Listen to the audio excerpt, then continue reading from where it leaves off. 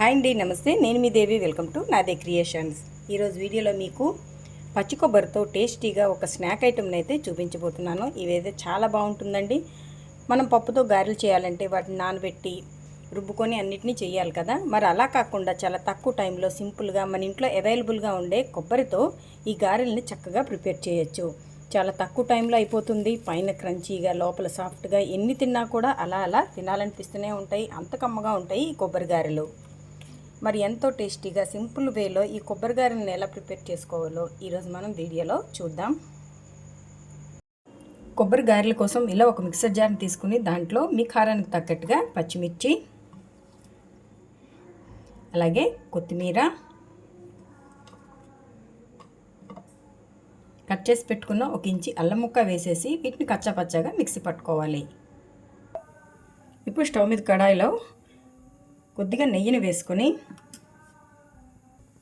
అది కొద్దిగా మెల్ట్ అయిన తర్వాత ఇలా పచ్చి కొబ్బరిని సన్నగా తురుముకొని యాడ్ చేసుకోవాలండి. నేను ఇలా మిక్సీలో వేసి పౌడర్లా చేసుకున్నాను. మీరు కావాలంటే తురుముకొనైనా వేసుకోవచ్చు. బట్ ఎలా వేసుకున్న ఈ కొబ్బరి మాత్రం ముదరగా ఉండేలాగా చూసుకోండి. లేత కొబ్బరి అయితే ఈ రెసిపీ అంత టేస్ట్గా రాదు. ఇలా వేసేసుకొని ఇది కొంచెం పొడి పొడిగా అయ్యేంత వరకు ఫ్రై చేసుకోవాలి. మనకి చక్కగా ఫ్రై అయిందండి. కొంచెం కలర్ మారింది. అలాగే కమ్మటి ఫ్లేవర్ వచ్చేటప్పుడు ఇందులో మనం మిక్సీ చేసి పెట్టుకున్న పచ్చిమిర్చి, కొత్తిమీర, అలాగే అల్లం పేస్ట్, అలాగే ఒక కప్పు వాటర్, నేను మిక్సర్ జార్ కడుక్కొని ఆ వాటర్ని ఇందులో యాడ్ చేస్తున్నాను. అంటే ఏ కప్పుతో అయితే మనం బియ్యపిండి, కొబ్బరి తీసుకుంటామో అదే కప్పుతో ఒక కప్పు వాటర్. ఇప్పుడు దీంట్లో కొద్దిగా రెడ్ చిల్లీ ఫ్లేక్స్, ఫ్లేవర్ కోసం ఇంగువ, ఒక స్పూన్ జీలకర్ర, మీ టేస్ట్కి తగ్గట్టుగా సాల్ట్ వేసేసుకుని ఒకసారి వీటన్నిటిని బాగా మిక్స్ చేసేసుకోండి. మనం దీంట్లో ఎంత కొబ్బరిని అయితే తీసుకుంటామో అంతే బియ్యపిండిని తీసుకోవాలి. అప్పుడే ఈ కొబ్బరి గారెలు కమ్మగా చాలా టేస్ట్గా వస్తాయి. ఇప్పుడు ఈ వాటర్ని ఒక మరుగు రానిద్దాం. చూడండి, వాటర్ ఇలా మరుగుతోంది కదా. ఇప్పుడు ఒకసారి సాల్ట్ చెక్ చేసుకొని దీంట్లో సన్నగా తరిగిన కొత్తిమీరని మరి కొద్దిగా యాడ్ చేసేసుకుందాం. ఇలా యాడ్ చేసుకున్న తర్వాత మనం ఏ కప్పుతో అయితే వాటరు అలాగే కొబ్బరి తీసుకున్నామో అదే కప్పుతో బియ్యపిండిని ఇలా వేసేసుకోవాలి. మొత్తం దీనిలాగా కలిపేసుకుందాం. ఇలా మొత్తం కలిపేసుకున్న తర్వాత దీని మీద ఒక మూతను పెట్టేసి లో ఫ్లేమ్లోనే ఒక 3 మినిట్స్ పాటు దీనిలాగా ఉంచేయండి. ఒక 3 మినిట్స్ అయింది కదా, ఇది చక్కగా సెట్ అయిపోయింది. ఇప్పుడు స్టవ్ ఆఫ్ చేసుకొని దీన్ని గోరువెచ్చగా అయ్యేంత వరకు ఇలా ఉంచేసుకోవాలి. ఇది మనకు కొంచెం గోరువెచ్చగా అయింది. ఇప్పుడు దీన్ని వేరే ప్లేట్లోకి ట్రాన్స్ఫర్ చేసేసుకుందాం. ఇలా పళ్ళల్లోకి తీసేసుకున్నాం కదా, దీన్ని చేత్తో ఇలా మ్యాష్ చేసుకుంటూ దీన్ని సాఫ్ట్గా ఒక ముద్దలా అయ్యేంత వరకు దీన్ని ఇలా నొక్కుతూ కలుపుకోండి. మనకు వాటర్ ఏమీ అవసరం ఉండదు. దీంతోనే ఇలా మనం కలిపేసుకోవచ్చు.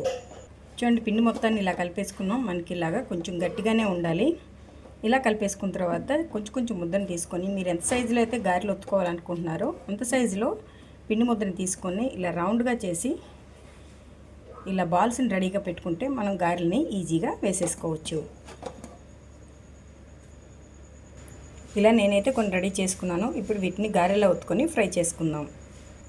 ఇలా ఒక ఆయిల్ కవర్ని సెట్ చేసుకొని మనం తయారు చేసుకున్న ఈ బాల్స్ని జస్ట్ ఇలాగా ఒత్తేసుకొని మధ్యలో కన్నం పెట్టేసుకొని రెడీగా ఉంచుకోవాలి. చూసారా, ఇలా మొత్తం అన్నిటినీ రెడీ చేసేద్దాం. ఇలా కూడా ఒత్తుకోవచ్చు. ఒకవేళ మీకు ఇలా ఒత్తుకోవడం కష్టం అనిపిస్తే చేతికి కొద్దిగా ఇలా ఆయిల్ అప్లై చేసేసుకొని మనం ప్రిపేర్ చేసుకున్న ఈ బాల్ని ఇలా పెట్టేసుకొని జస్ట్ 2 చేతుల మధ్య ఇలా ఒత్తుకోవాలి.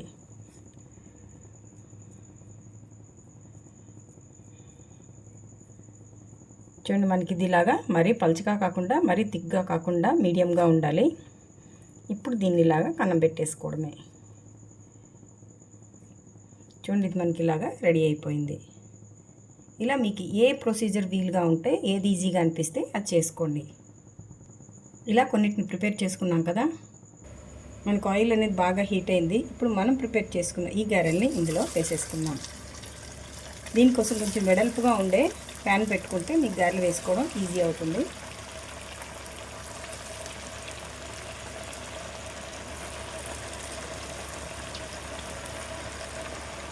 వేసిన వెంటనే కప్పించకుండా 1 నిమిషం ఇలాగా వదిలేయండి. అవి కొద్దిగా పైకి వచ్చాయి కదా, ఇప్పుడు వీటిని రెండో వైపుకి ఫ్లిప్ చేసేద్దాం. ఇవి మనకి మామూలు వడల్లాగా కలర్ అయితే బ్రౌన్గా రాదు.